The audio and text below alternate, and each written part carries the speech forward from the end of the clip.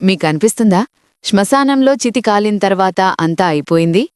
మీకనిపిస్తుందా ఆ మనిషి ఎప్పటికీ వెళ్ళిపోయాడు? అయితే మీరు చాలా పెద్ద భ్రమలో ఉన్నారు. ఆ మనిషి వెళ్ళిపోలేదు. ఇంకా ఈ ఇంట్లోనే ఉన్నాడు. అదే అల్మారా చుట్టుపక్కల, మీరు అతని బట్టలు ఉంచిన చోట, అదే మంచం తలభాగంలో, మీరు అతని జ్ఞాపకాలు అమర్చిన చోట. గరుడ పురాణం చెప్తోంది, మనిషి చనిపోతాడు, అతని శరీరం చనిపోతుంది, కాని అతని మోహం చనిపోదు. మీరు చనిపోయిన వాడి బట్టలు ధరిస్తే మీరు కేవలం ఒక బట్ట ధరించడం కాదు, ఒక శవం యొక్క చర్మం ఒడిసి ఉంటారు. అవును, ఇది వినడానికి కఠినంగా అనిపించవచ్చు, కాని సత్యమిదే. ఆ బట్టల్లో ఆ చనిపోయిన వ్యక్తి యొక్క వాసన, అతని చెమట మరియు అతని మరణ సమయంలో ఆ తడబాటు బంధించబడి ఉంటాయి. మీరు ఆ బట్టలను మీ శరీరానికి అంటించగానే ఆ భటక్తున్న ఆత్మ చుంబకంలాగా మీ వైపు ఆకర్షితమై వస్తుంది. దానికనిపిస్తుంది, నాకు నా శరీరం తిరిగి దొరికింది. మరియు అప్పుడు ప్రారంభమవుతుంది ఆ శిలశిల. దానిని విజ్ఞానం నెగటివ్ ఎనర్జీ అంటుంది, మరియు శాస్త్రం ప్రేతబాధ అంటుంది. అకస్మాత్తుగా భుజాలు బరువుగా అనిపించడం, రాత్రి భయానక కలలు రావడం, మరియు ఇంట్లో ఏదో అదృశ్య నీడ ఉన్నట్లు అనిపించడం. ఈరోజు మనం గరుడ పురాణంలోని ఆ అధ్యాయాన్ని తెరుస్తాం. అది చెప్తుంది, మీ ఇంట్లో ఉంచిన పూర్వీకుల బట్టలు, వారి మంచం మరియు వారి గడియారం నిజానికి జ్ఞాపకాలు కాదు, కాని ఇబ్బందుల ఒక బాంబు. అది ఎప్పుడైనా పేలవచ్చు. కాబట్టి మీరు మరియు మీ కుటుంబ సభ్యుల భద్రత కోరుకుంటే తదుపరి 10 నిమిషాలు మీ స్థానం నుంచి కదలకండి. ఎందుకంటే ఈరోజు మీకు తెలుస్తుంది, మీరు ప్రేమగా భావించి రొమ్ముకు హత్తుకుని ఉన్న ఆ వస్తువులను వెంటనే కాల్చేయాలి లేదా దానం చేయాలి. ముందుగా మనం ఇది అర్థం చేసుకోవాలి, శరీరం కాలిపోయిన ఆత్మ ఎందుకు నిర్జీవ వస్తువులతో అంటిపెట్టుకుని ఉంటుంది. విజ్ఞానం చెప్తుంది, ప్రతి వస్తువులో ఒక శక్తి ఉంటుంది, ఒక కంపనముంటుంది. మనం ఏదైనా బట్టను చాలా కాలం ధరిస్తే మన శరీర వాసన, మన చెమట మరియు మన శక్తి ఆ బట్ట ఫైబర్స్లో చేరిపోతుంది. గరుడ పురాణం చెప్తుంది, మనిషి గుర్తింపు 3 వస్తువులతో ఉంటుంది: అతని ముఖం, అతని గొంతు మరియు అతని వాసన. చనిపోయిన తర్వాత ముఖం మరియు గొంతు వెళ్ళిపోతాయి, కాని వాసన మిగిలిపోతుంది. ఆ వాసన ఆ బట్టల్లో, ఆ మంచంలో జీవించి ఉంటుంది. కుక్కలాంటి జంతువులు మైళ్ల దూరం నుంచి తమ యజమానిని కేవలం ఆ వాసనతోనే గుర్తిస్తాయి. అదేవిధంగా చనిపోయిన తర్వాత ఆత్మ యొక్క వాసన పసిగట్టే శక్తి మరియు జ్ఞాపకం ఉంచుకునే శక్తి అనేక రెట్లు పెరిగిపోతుంది. ఆత్మ తన శరీరం నుంచి బయటకు వచ్చినప్పుడు అది భయపడుతుంది, ఎక్కడికి వెళ్లాలో అర్థంకాదు. అంతటా చీకటి మరియు యమదూతల భయం వెంటాడుతుంటాయి. అలాంటప్పుడు దానికి తన పాత పరిచిత వాసనే తన వైపు ఆకర్షిస్తుంది. ఆ వాసన దానికి భద్రత భావన కలిగిస్తుంది. ఊహించండి, మీరు మీ తండ్రి యొక్క ఆ షర్టు ధరించారు, అది అతను తరచూ ధరించేది. ఆ షర్టులో అతని శక్తి ఉంది. మీరు దాన్ని ధరించగానే ఆ భటక్తున్న ఆత్మ వెంటనే మీ దగ్గరకు వస్తుంది. దానికనిపిస్తుంది, అరే ఇది నా శరీరమే, ఇది నా సుగంధమే. అది మీ ఆభామండలం, అంటే మీ ఆభతో అంటిపెట్టుకునే ప్రయత్నం చేస్తుంది. అది మీ శరీరంలోకి ప్రవేశించే ప్రయత్నం చేస్తుంది. ఇదే కారణం, చాలామందికి చనిపోయిన వ్యక్తి బట్టలు ధరించిన తర్వాత అకస్మాత్తుగా బరువనిపించడం, భుజాలు నొప్పి రావడం, తలలో వింత నొప్పి లేదా ఎవరో వెనకనుంచి గొంతు గిల్లుతున్నట్లు అనిపించడం. ఇది ఆ ఆత్మ యొక్క ఒత్తిడి. అది మీకు హాని చేయాలని అనుకోదు, కాని దాని మోహం అంత బలమైనది కాబట్టి, దాని నెగిటివ్ శక్తి, దానిని మరణశక్తి అంటారు, అది మీ జీవించి ఉన్న శరీరం యొక్క పాజిటివ్ శక్తిని పీల్చడం ప్రారంభిస్తుంది. గరుడ పురాణంలో స్పష్టంగా రాసి ఉంది, మృతుడి శయ్య అంటే మంచం, వస్త్రాలు మరియు ఆభరణాలు ధరించకూడదు, ఎందుకంటే వాటిలో మరణకణాలు దాగి ఉంటాయి. ఆత్మకు మరో శరీరం దొరికే వరకు లేదా అది పితృలోకం చేరే వరకు అది ఈ వస్తువుల చుట్టూ తిరుగుతుంటుంది. దీనిని ప్రేతబాధ ప్రారంభం అని భావిస్తారు. ఇప్పుడు మాట్లాడదాం అత్యంత ముఖ్యమైన విషయం, బట్టల గురించి. మనిషి మొత్తం జీవితంలో బట్టలకు ఎంత ఇష్టముంటుంది. కొత్త చీరలు, ఖరీదైన కోట్లు మరియు సూట్లు. కాని మరణం తర్వాత వాటిని ఏమిటి చేయాలి? గరుడ పురాణం ప్రకారం బట్టలను 3 వర్గాలుగా విభజించారు. మొదటి వర్గం మనిషి మరణ సమయంలో ధరించి ఉన్న బట్టలు, అంటే ప్రాణాలు పోయే సమయంలో శరీరంపై ఉన్న వస్త్రాలు. ఈ బట్టలను అత్యధికంగా కలుషితమైనవిగా భావిస్తారు. వాటిలో మరణ సంక్రమణం మరియు మరణ భయంతో వచ్చిన ఆ చివరి చెమటబొట్లు ఉంటాయి. శాస్త్రం చెప్తుంది, ఈ బట్టలను ఎప్పటికీ ఇంటికి తిరిగి తీసుకురాకూడదు. వాటిని శ్మశాన వాటికలోనే వదిలేయాలి లేదా కాల్చేయాలి.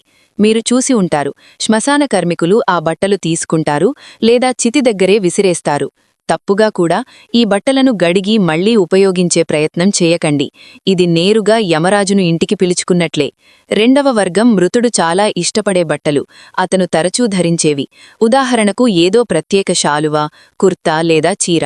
ఈ బట్టల్లో ఆ వ్యక్తి మోహం అత్యధికంగా ఉంటుంది. గరుడ పురాణం ఈ బట్టలను దానం చేయమని సూచిస్తుంది. కానీ దానం ఎవరికి? ఇది చాలా ముఖ్యం. ఎప్పటికీ ఈ బట్టలను తమ కుటుంబంలోని మరో సభ్యుడికి, సోదరులు సోదరీలకు లేదా పిల్లలకు ఇవ్వకూడదు. ఎందుకంటే రక్త సంబంధం ఉండటంతో ఆత్మ యొక్క అనుబంధం త్వరగా ఏర్పడిపోతుంది. ఈ బట్టలను ఏదో పేదవాడికి, అవసరమున్నవాడికి లేదా మృతుడితో ఎలాంటి సంబంధం లేని వ్యక్తికి దానం చేయాలి. దానం చేసే ముందు ఈ బట్టలను బాగా కడగడం, ఎండలో ఆరబట్టడం మరియు గంగాజలం చల్లడం అవసరం. ఏదో అపరిచితుడు ఆ బట్టలు ధరించి సంతోషంగా మీకు ఆశీర్వదిస్తే ఆ ఆశీర్వాదం ఆ ఆత్మకు చేరుతుంది. ఆ అపరిచితుడి సంతోషం ఆ ఆత్మ మోహాన్ని తెంచడంలో సహాయపడుతుంది. ఆత్మ చూస్తుంది, నా వస్తువు ఎవరికో ఉపయోగపడుతోంది, మరియు క్రమంగా దాని మోహం తొలగిపోతుంది. మూడవ వర్గం కొత్త మరియు ధరించని బట్టలు. చాలాసార్లు అల్మారాలో ఎప్పుడూ ధరించని బట్టలు ఉంటాయి. వాటిని ఏమిటి చేయాలి? వాటిలో మృతుడి చెమట లేదా వాసన లేకపోతే కుటుంబ సభ్యులు ఉపయోగించవచ్చు. కానీ మనసులోని భ్రమను తొలగించడానికి వాటిని కూడా ఒకసారి గంగాజలంతో పవిత్రం చేసుకొని కొన్ని రోజులు ఎండలో ఉంచాలి. సూర్యకాంతి ప్రతి రకమైన నెగటివ్ శక్తిని నాశనం చేస్తుంది. కానీ గుర్తుంచుకోండి, బట్ట చాలా పాతదైతే, చిరిగిపోయి ఉంటే దాన్ని దానం చేయడం వల్ల లాభం లేదు. చెత్తను దానం చేయడం పాపం. అలాంటి బట్టలను నీటిలో ప్రవాహం చేయాలి లేదా నేలలో పూడ్చిపెట్టాలి. వాటిని ఇంట్లో రద్దీలా పోగుచేసి ఉంచడం దారిద్ర్యాన్ని ఆహ్వానించడమే. ఇప్పుడు వస్తాం ఆ వస్తువు మీద. దానిపై అత్యధిక ప్రమాదముంది మంచం. గరుడ పురాణంలో శయ్యదానం అంటే మంచం దానం గొప్ప మహత్వం చెప్పబడింది. మిత్రులారా, మంచమనేది మనిషి తన జీవితంలో 1/3 భాగం గడిపే చోటు. అక్కడ అతను సుఖదుఖాలు చూశాడు, అక్కడే కలలు కన్నాడు, మరియు బహుశా అక్కడే చివరి శ్వాస విడిచాడు. మంచంలో మనిషి శక్తి అత్యంత లోతుగా చేరిపోయి ఉంటుంది. శాస్త్రాల్లో 2 రకాల మంచాల గురించి చెప్పబడింది. మొదటిది వ్యక్తి మరణించిన మంచం.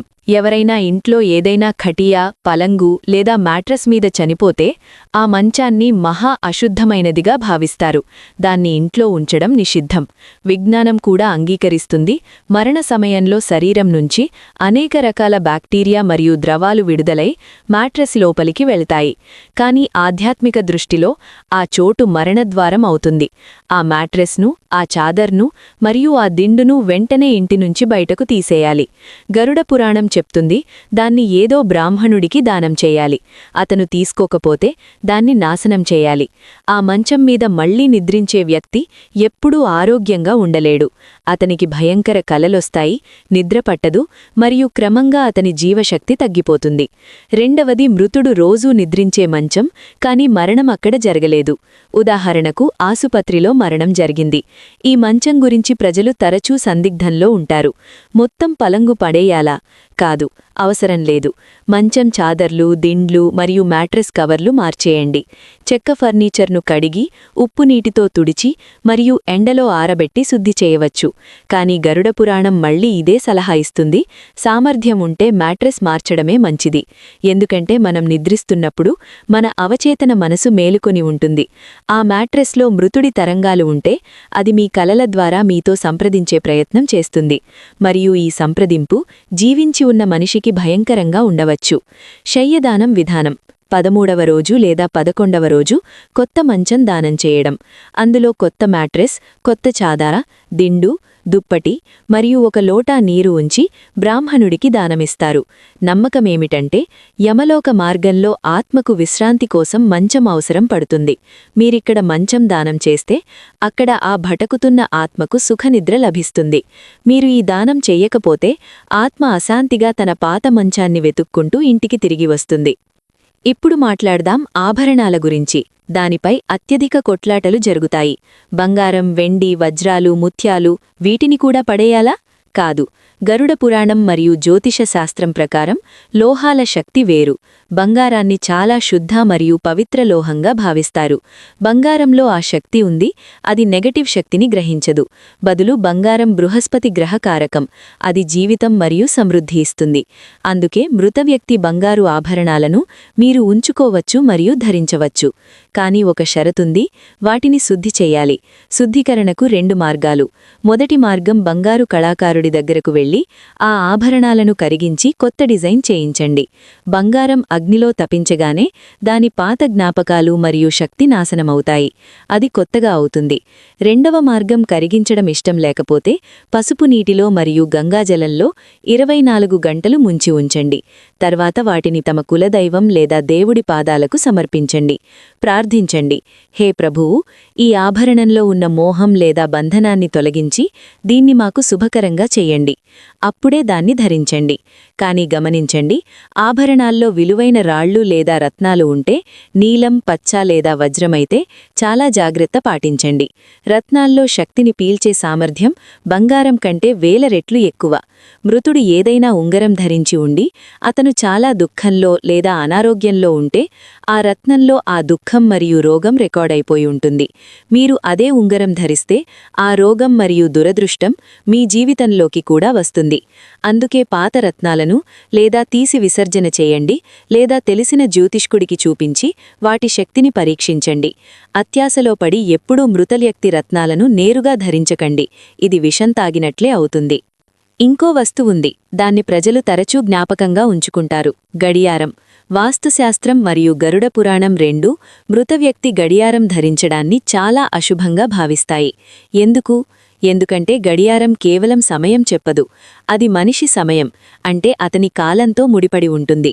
ఆ గడియారాన్ని అతను తన చేతిమీద బిగించి ఉంటాడు. అది అతని పల్స్తో నడుస్తుంది. అతని ప్రతి సుఖం, ప్రతి దుఃఖం మరియు అతని గుండె ధడకనలు ఆ గడియారంతో ముడిపడి ఉంటాయి. మనిషి చనిపోతే అతని సమయం ముగిసిపోతుంది, అతని కాలచక్రం ఆగిపోతుంది. మీరు ఆ ఆగిపోయిన సమయాన్ని మీ చేతిమీద బిగిస్తే ఇది మీ ప్రగతిని ఆపవచ్చు. ప్రజలు చెప్తారు, నాన్న గడియారం ధరించినప్పట్నుంచి నా పని ఏమీ జరగడం లేదు, ప్రగతి ఆగిపోయింది. ఇది ఆ నెగటివ్ ప్రభావ ఫలితమే. గడియారం మృతుడి జీవిత యాత్రకు ప్రతీక. అది ఇప్పుడు పూర్తయింది. దాన్ని తన దగ్గర ఉంచుకోవడం ఆ పాత శక్తిని బలవంతంగా తన ప్రస్తుతంలోకి లాగడమే. అయితే గడియారాన్ని ఏమిటి చెయ్యాలి? దాన్ని లేదా దానం చేయండి, లేదా ఇంట్లో ఏదో డబ్బాలో జ్ఞాపకంగా ఉంచుకోండి. కాని దాన్ని నడుస్తున్న స్థితిలో మీ చేతిమీద లేదా ఇంటి గోడమీద వేలాడదీసి ఉపయోగించకండి. మృతుడి గడియారం ఆగిపోవడమే మంచిది. దాన్ని మళ్లీ నడపడానికి ప్రయత్నం చేయకండి. మిత్రులారా, చాలాసార్లు జరుగుతుంది, అంతా దానం చేసిన తర్వాత కూడా మృతుడు కలలో వస్తాడు. కలలో చలితో వణుకుతూ ఉంటాడు లేదా నగ్నంగా కనిపిస్తాడు. మీకు అలాంటి కల వస్తే అర్థం చేసుకోండి, మీరు దానం చేసిన వస్తువులు అతనికి చేరలేదు, లేదా మీరు దానం తప్పు వ్యక్తికి ఇచ్చారు, అతను హక్కుదారుడు కాదు, లేదా దానం చేసే సమయంలో మనసులో భక్తి లేదు. గరుడ పురాణంలో ఒక కథ వస్తుంది. అందులో ఒక ప్రేతుడు తన కొడుకుతో అంటాడు, కొడుకా, నా మంచాన్ని ఇంట్లో ఉంచుకున్నావు, కాని నేనిక్కడ ఆకాశంలో చలి మరియు వేడిలో కాలుతున్నాను. నా భాగం నాకివ్వు. ఈ కల ఒక సంకేతం. ఆత్మ అడుగుతుంది. అలాంటప్పుడు వెంటనే ఏదో అమావాస్య రోజు లేదా పితృపక్షంలో బట్టలు మరియు మంచం దానం మళ్లీ చెయ్యాలి. ఇంకో విషయం గమనించదగ్గది, కొన్నిసార్లు అల్మారా తెరిచినప్పుడు మృతుడి బట్టల నుంచి వింత సుగంధం వస్తుంది. అక్కడ ఏ ఇత్రం లేదు, లేదా బట్టలు తమ స్థానం నుంచి కదిలినట్లు కనిపిస్తాయి. అలా జరిగితే భయపడకండి. ఇది సంకేతం ఆ ఆత్మ ఇంకా మోహంలో చిక్కుకుని తన బట్టలు వెతుకుతుంది. అలాంటప్పుడు ఇంట్లో గాయత్రి మంత్రం జపించండి, గుగ్గులు ధూపం వెలిగించండి, మరియు ఆ బట్టలకు చేతులు జోడించి చెప్పండి, ఇది ఇప్పుడు మీది కాదు. మీరు మీ కొత్త యాత్రకు వెళ్ళండి మరియు ఆ బట్టలను వెంటనే ఇంటినుంచి తొలగించండి. ఆ బట్టలు ఇంట్లో ఉన్నంతకాలం ఆత్మకు ముక్తి లభించదు. మరణం తర్వాత బూట్ల గురించి ఏమి చెయ్యాలి? ఇది ఒక ప్రశ్న. దాన్ని ప్రజలు తరచూ మర్చిపోతారు. కాని గరుడ పురాణంలో దీని గురించి కూడా ప్రస్తావన ఉంది. కాళ్లను శరీరం యొక్క అతి కింది భాగంగా భావిస్తారు, మరియు అంతా నెగటివ్ శక్తి కాళ్ల ద్వారానే భూమిలోకి వెళ్తుంది. బూట్లు మరియు చెప్పుల్లో మనిషి పోరాటం, అతని పరుగులు మరియు అతని అలసట నిండి ఉంటాయి. శాస్త్రాల ప్రకారం మృతవ్యక్తి బూట్లు మరియు చెప్పులు ఇంట్లో ఉంచడం దారిద్ర్యం మరియు పోరాటాన్ని పిలుచుకున్నట్లు. మీరు చూసి ఉంటారు, చాలామంది చెప్తారు, మరణం జరిగినప్పట్నుంచి ఇంట్లో వ్యాపారం ఆగిపోయింది. దీనికి ఒక కారణం మృతుడి బూట్లు ఇంకా ఇంటి ప్రధాన ద్వారం దగ్గర లేదా ర్యాక్లో ఉండటం కావచ్చు. అది వారి ఆగిపోయిన యాత్రకు ప్రతీక. ఈ బూట్లను వెంటనే ఇంటినుంచి బయటకు తీసేయాలి. ఏదో పేద కార్మికుడికి దానం చెయ్యండి. తద్వారా ఆ బూట్లు నడుస్తూ ఉంటాయి. ఆ బూట్లు ఎవరి కాళ్లల్లో ధరించి నడిచినప్పుడు ఆత్మకు కూడా గతి లభిస్తుంది. కాని వాటిని ఇంట్లో అలంకరించి ఉంచడం వాటిని ఆపడమే. ఇంకో వస్తువు ఉంది. దానికి మనం ప్రత్యేక శ్రద్ధ పెట్టాలి. అది ఫోటోలు. మరణం తర్వాత మనం తరచూ గోడమీద మృతుడి పెద్ద ఫోటో వేలాడదీస్తాం మరియు దానిపై మాల వేస్తాం. భావన ప్రకారం ఇది సరే, కాని వాస్తు ప్రకారం దాని దిశ చాలా ముఖ్యం. జీవించి ఉన్నవారి ఫోటోలతో మృతవ్యక్తి ఫోటో ఎప్పుడూ వేలాడదీయకూడదు. దీనివల్ల జీవించి ఉన్నవారి ఆయుష్షు తగ్గుతుంది మరియు వారి ఆరోగ్యంపై ప్రభావం పడుతుంది. మృతవ్యక్తి ఫోటో ఎల్లప్పుడూ దక్షిణ దిశ గోడమీద వేలాడదీయాలి. ఎందుకంటే దక్షిణ యమరాజు దిశ, పితరుడి దిశ. మీరు దాన్ని ఉత్తరా లేదా తూర్పు మీద వేలాడదీస్తే ఇంట్లో దేవతల వాసం తగ్గుతుంది మరియు నెగిటివిటీ పెరుగుతుంది. మరియు ఒక విషయం గమనించండి, ఫోటోలో మృతుడి ముఖం సౌమ్యంగా మరియు చిరునవ్వుతో ఉండాలి. ఏదైనా ఫోటోలో అతను అనారోగ్యంగా లేదా దుఃఖంగా కనిపిస్తే దాన్ని వెంటనే తొలగించండి. ఎందుకంటే ఫోటో నుంచి వచ్చే తరంగాలు మొత్తం ఇంటి వాతావరణాన్ని ప్రభావితం చేస్తాయి.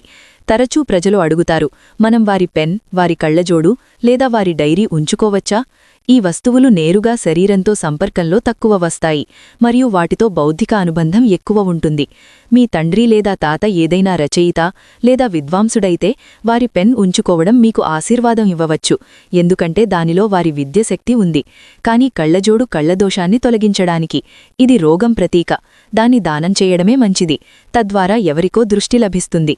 తమ కళ్లమీద ఎవరి కళ్లజోడు పెట్టుకోవడం విజ్ఞానం ప్రకారం కూడా తప్పు మరియు శక్తి ప్రకారం కూడా. గరుడ పురాణంలో ఇది కూడా చెప్పబడింది. మరణం తర్వాత ఇంటి శుద్ధి ఎలా చెయ్యాలి. శవయాత్ర వెళ్లిపోయి అంత్యక్రియలు జరిగిన తర్వాత ఇంట్లో ఉప్పునీటితో తొడవడం చాలా అవసరం. ఉప్పులో నెగిటివ్ శక్తిని పీల్చే అత్యధిక శక్తి ఉంటుంది. అప్పుడు గోమూత్రం మరియు గంగాజలం మొత్తం ఇంట్లో చల్లాలి. మూలమూలలా ధూపం చూపించాలి. మరియు అతి ముఖ్యం, తదుపరి 13 రోజులు ఇంట్లో ఏ శుభకార్యంలాంటివి పెళ్లి, ముండన్ లేదా ఉత్సవాలు జరగకూడదు. ఇది శోక సమయం కాదు, కాని ఆత్మయాత్ర సమయం. ఈ రోజుల్లో ఇంటి వాతావరణం శాంతంగా మరియు సాత్వికంగా ఉంటే ఆత్మకు పైకి వెళ్లడం అంత సులభమవుతుంది. ఇంట్లో గట్టిగా ఏడవడం లేదా కొట్లాటలు జరిగితే ఆత్మ గందరగోళంలో పడి ఇల్లు వదిలి వెళ్లదు. మిత్రుదారా, ఈ అన్ని విధానాలు ఏ మూఢనమ్మకం కాదని అర్థం చేసుకోవడం చాలా అవసరం. ఇది చాలా లోటైన మనస్తత్వం మరియు ఆధ్యాత్మిక విజ్ఞానం. మనం మృతుడి సామాను ఇంటినుంచి తొలగించినప్పుడు మనం నిజంగా మన మనస్సును సిద్ధం చేస్తున్నాం ఆ సత్యాన్ని అంగీకరించడానికి. అతను ఇప్పుడు లేడు. వారి వస్తువులు కళ్లముందు ఉన్నంతసేపు మన మనస్సు మళ్లీ మళ్లీ గతంలోకి వెళ్తుంది. మనకు దుఃఖం కలుగుతుంది మరియు మన దుఃఖం ఆ ఆత్మను కూడా దుఃఖపెడుతుంది. చెప్తారు, మన కన్నీళ్లు ఆ ఆత్మకు ఇనుప గొలుసులుగా మారి దాన్ని ముందుకు వెళ్లనివ్వవు. మనం వారి సామాను దానం చేసినప్పుడు మనం ఆ గొలుసులు తెంపుతాం. మనం వారితో చెప్తాం, మేము మిమ్మల్ని ప్రేమిస్తాం కాబట్టి మిమ్మల్ని ముక్తులను చేస్తాం. వెళ్ళండి మీ కొత్త యాత్రకు. చివరిగా నేను ఇంతే చెప్పాలనుకుంటున్నాను. వస్తువులను పట్టుకుని ఉంచడం ప్రేమ కాదు. ప్రేమ అంటే ముక్తి ఇవ్వడం. పిల్లవాడు పెద్దవాడైనప్పుడు తల్లిదండ్రులు అతన్ని ఇంటినుంచి స్కూల్ లేదా విదేశాలు పంపుతారు. తద్వారా అతని భవిష్యత్తు ఏర్పడుతుంది. అదేవిధంగా మన ప్రియులు శరీరం వదిలినప్పుడు మనం వారి ఆత్మను ముక్తి చెయ్యాలి. తద్వారా వారి తదుపరి జన్మ మెరుగవుతుంది. వారి పాత బట్టలను రొమ్ముకు హత్తుకుని ఏడవడం వల్ల మీరు వారిని కూడా ఏడిపిస్తారు మరియు తమ్మతాము అనారోగ్యానికి గురిచేస్తారు. వారి జ్ఞాపకాలు బట్టల్లో కాదు, మీ హృదయంలో ఉండాలి. వారి సంస్కారాలు, వారిచ్చిన బోధనలు, వారి ప్రేమ, ఇది నిజమైన ఆస్తి. దీన్ని ఏ అగ్ని కాల్చలేదు, ఏ దొంగ చోరీ చేయలేడు. కాబట్టి ఈరోజే మీ ఇల్లు చూడండి. ఏదైనా సామాను సంవత్సరాలుగా కేవలం తాతగారిది అని పడి ఉంది మరియు అది కుళ్ళిపోతూ సడిపోతూ ఉంటే దాన్ని గౌరవంతో విసర్జన చెయ్యండి లేదా దానం చెయ్యండి. ఇల్లు ఖాళీ చెయ్యండి. తద్వారా కొత్త పాజిటివ్ శక్తి రాగలదు. మరియు మీరు అనజానంలో ఇప్పటివరకు ఏదో మృతవ్యక్తి బట్టలు ధరించి ఉంటే భయపడకండి. ఈరోజే వాటిని తీసేయండి. ఉప్పునీటితో స్నానం చేసి భగవాన్ శివుణ్ణుంచి క్షమాపణ కోరండి. ఓం నమః శివాయ జపం ప్రతి నెగటివిటీని కోసేస్తుంది. మిత్రులారా, మరణం ఒక విరామం, అంతంకాదు. వెళ్ళిపోయినది మళ్లీ వస్తుంది. ఏదో ఒక కొత్త రూపంలో, ఏదో ఒక కొత్త ఉత్సాహంతో. దాన్ని వెళ్లనివ్వండి. ఈ వీడియో మీ కళ్లనుంచి మూఢనమ్మకం కాదు, కాని అజ్ఞానం యొక్క పొరను తొలగించి ఉంటే, మీకు అనిపిస్తే ఈరోజు మీకు జీవితం మరియు మరణ చక్రం గురించి ఏదో లోతైనది తెలుసుకున్నట్లయితే ఈ జ్ఞానాన్ని మీరు దగ్గరే పరిమితం చేయకండి. దీన్ని మీ కుటుంబ సభ్యులతో, మీ స్నేహితులతో ఖచ్చితంగా షేర్ చేయండి. ఎందుకంటే ప్రతి ఇంట్లో ఈ సమస్య ఉంది. ప్రతి ఇంట్లో ఎవరికో ఒకరి మరణం జరిగి ఉంటుంది. మీ ఒక్క షేర్ ఎవరినో పితృదోషం మరియు ప్రేతబాధ నుంచి కాపాడవచ్చు. మరియు మీరు కోరుకుంటే మనం గరుడ పురాణంలోని మరిన్ని లోతైన రహస్యాలు తెరవాలని. ఉదాహరణకు అకాల మరణం జరిగితే ఆత్మ ఎక్కడికి వెళ్తుంది? అయితే కామెంట్లో ఖచ్చితంగా చెప్పండి. మీ పితరుల శాంతి కోసం మరియు మీ భద్రత కోసం కింద కామెంట్ బాక్స్లో పూర్తి భక్తిభావంతో ఒకసారి ఓం శాంతి లేదా ఓం నమో నారాయణ ఖచ్చితంగా రాయండి. ఆత్మరహస్యాలతో కలిసి ఉండండి. సత్యాన్ని తెలుసుకుని నిర్భయంగా జీవించండి. అప్పటివరకు మీ కర్మలు మంచిగా ఉంచండి. ఓం నమో నారాయణ. జై శ్రీకృష్ణ.